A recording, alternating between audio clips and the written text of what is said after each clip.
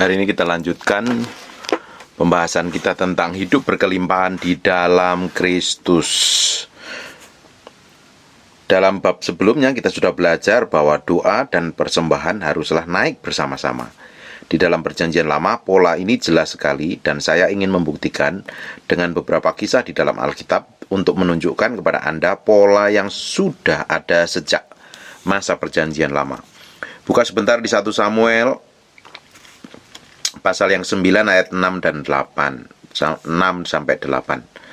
Tapi orang ini berkata kepadanya, "Tunggu, di kota ini ada seorang abdi Allah, seorang yang terhormat. Segala yang dikatakannya pasti terjadi. Marilah kita pergi ke sana sekarang juga. Mungkin ia dapat memberitahukan kepada kita tentang perjalanan yang kita tempuh ini." Jawab Saul kepada bujangnya itu, "Tetapi kalau kita pergi, apakah yang kita bawa kepada orang itu? Sebab roti di kantong kita telah habis, dan tidak ada pemberian untuk dibawa kepada abdi Allah itu. Apakah yang ada pada kita?" Jawab bujang itu kepada Saul, "Masih ada padaku 1/4 sikal perak. Itu dapat aku berikan kepada abdi Allah itu, supaya ia akan memberitahukan kepada kita tentang perjalanan kita." Kalau kita pelajari dalam kisah ini, Saul akan mengunjungi Samuel dan meminta tolong kepada Samuel untuk memberitahukan di mana keledainya. Tapi ketika ia akan menemui Samuel, apa yang mereka harus bawa? Karena bekal sudah habis. Rupanya pada masa itu, bila seorang akan menghadap hamba Tuhan atau nabinya, ia tidak datang dengan tangan kosong, melainkan dengan membawa persembahan. Ini bukan berarti Nabi Samuel memasang tarif loh ya. Tetapi kebiasaan untuk pemahaman orang pada masa itu memang demikian. Allah mengatur bila kita datang kepadanya, jangan dengan tangan kosong, melainkan datang dengan pemberian. Itu karena kita juga datang dengan pemberian. Itu karena jika kita datang dengan pemberian kepada nabinya, harta kita ada pada hamba yang mewakili Tuhan, maka hati kita arahnya juga ke Tuhan. Hal semacam itu akan membuat pertolongan Tuhan dialirkan dalam kehidupan kita. Simak dan perhatikan, ketika itu Saul sampai bertanya kepada bujangnya, mereka harus membawa apa untuk menemui Samuel. Rupanya mereka harus memberi suatu kepada Nabi Tuhan. Di 1 Samuel 9 ayat 9 dan 10, "Dahulu di antara para Israel, apabila seorang pergi menanyakan petunjuk Allah, ia berkata begini, 'Marilah kita pergi kepada pelihat,' sebab nabi yang sekarang ini disebutkan dahulu pelihat." Kemudian berkatalah Saul kepada bujangnya, "Pikirmu itu baik, mari kita pergi." Maka pergilah mereka ke kota, ke tempat abdi Allah itu. Jadi, Saul memang telah mengerti akan prinsip itu. Ia datang kepada abdi Allah, tidak dengan tangan kosong, tetapi itu bukan karena Samuel meminta bayaran. Kini kita lihat contoh lain tentang seorang raja yang adalah raja kafir. Tetapi orang ini pun mengerti akan prinsip yang sama. Di 2 Raja-Raja pasal yang 8 ayat 7 sampai 10. Elisa masuk ke Damsyik, dan waktu itu Ben-Hadad Raja Aram sedang sakit.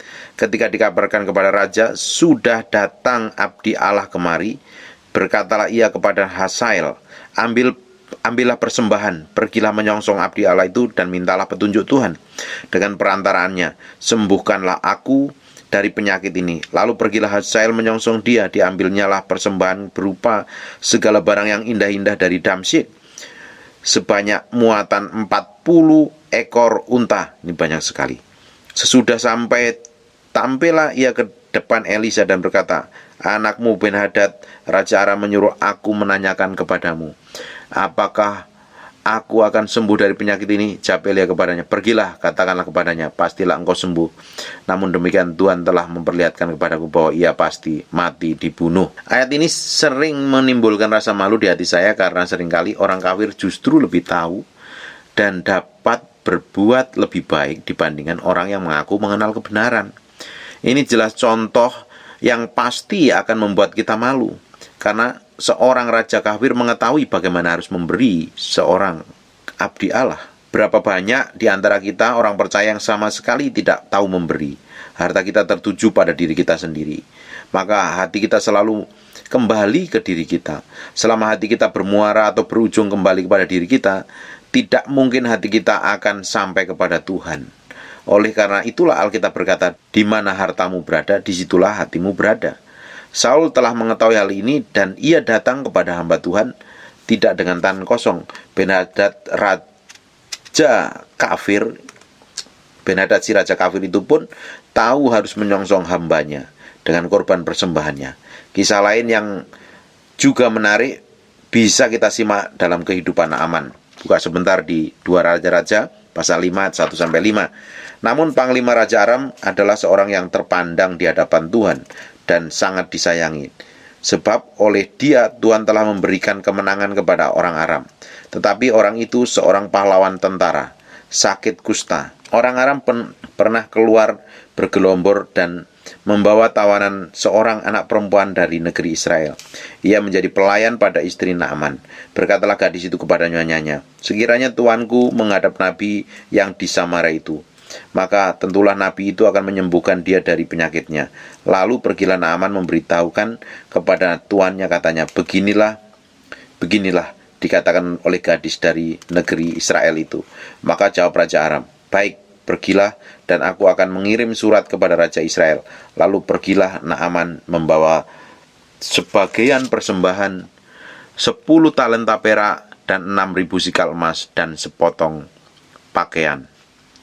10 potong pakaian.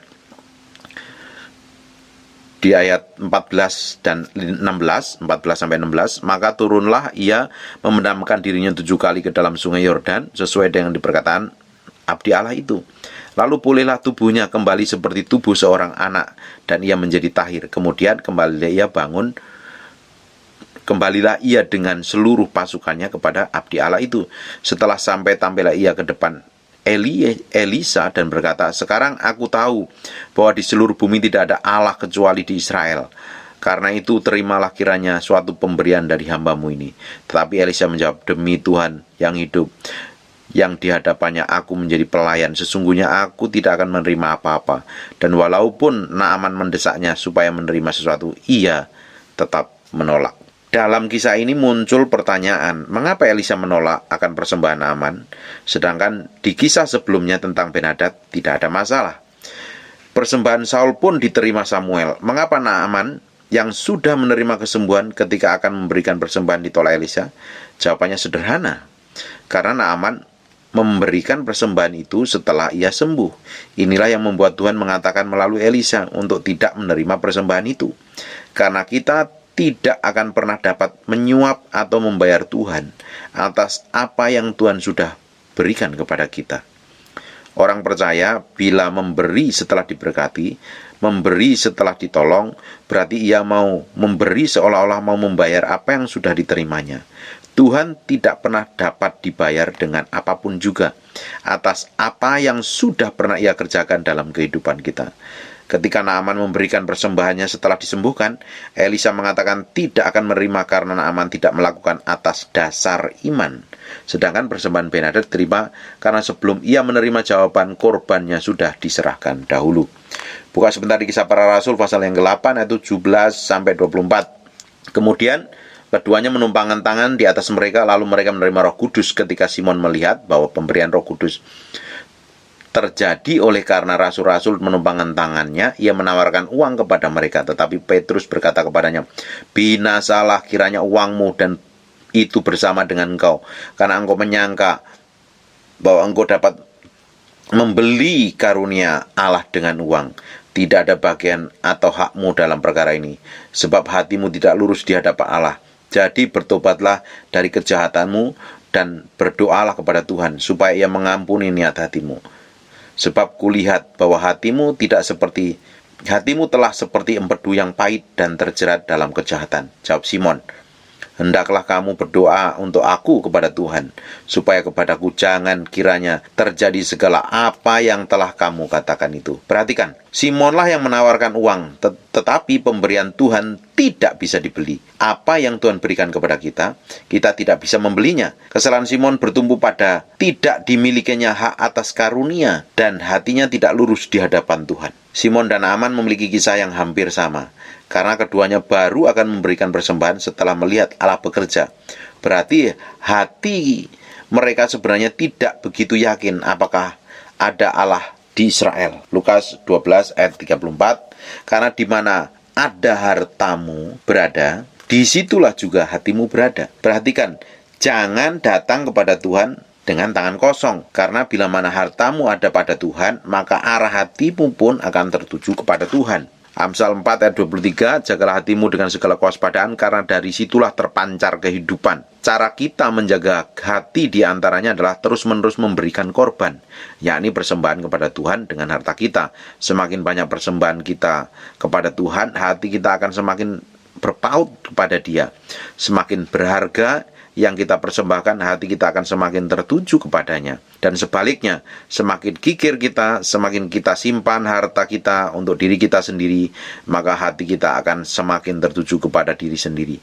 Alkitab mengatakan, jagalah hatimu dengan penuh kewaspadaan. Dari hal inilah kita akan memahami doa yang pernah dipanjatkan Daud. Buka sebentar di 1 Tawarik pasal 29 ayat 16 sampai 18. Ya Tuhan, Allah kami, segala kelimpahan bahan-bahan yang kami sediakan ini untuk mendirikan bagimu rumah, bagi namamu yang kudus, adalah dari tanganmu sendiri, dan punyamulah segala-galanya. Aku tahu ya Allahku, bahwa Engkau adalah penguji hati dan berkenan kepada keikhlasan. Maka aku pun mempersembahkan semua itu dengan sukarela dan tulus ikhlas. Dan sekarang umatmu yang hadir di sini telah Kau lihat memberikan persembahan sukarela kepadamu dengan sukacita. Ya Tuhan Allah Abraham, Ishak dan Israel, Bapa kami, peliharalah untuk selama-lamanya kecenderungan hati umatmu yang demikian ini, dan tetaplah tujukan hati mereka kepadamu. Itulah cara yang benar dan tulus dalam memberikan persembahan kepada Allah. Ketika mereka memberi korban kepada Tuhan, hati mereka condong kepada Tuhan. Lalu Daud berdoa minta kepada Tuhan untuk memelihara kecenderungan hati umatnya, dan untuk menetapkan hati mereka tertuju kepada Tuhan. Maka jika kita ingin menjaga hati kita, jagailah persembahan kita. Jangan sampai iblis dibiarkan mengambil korban kita, karena di mana harta kita, disitulah hati kita. Amen. God bless you.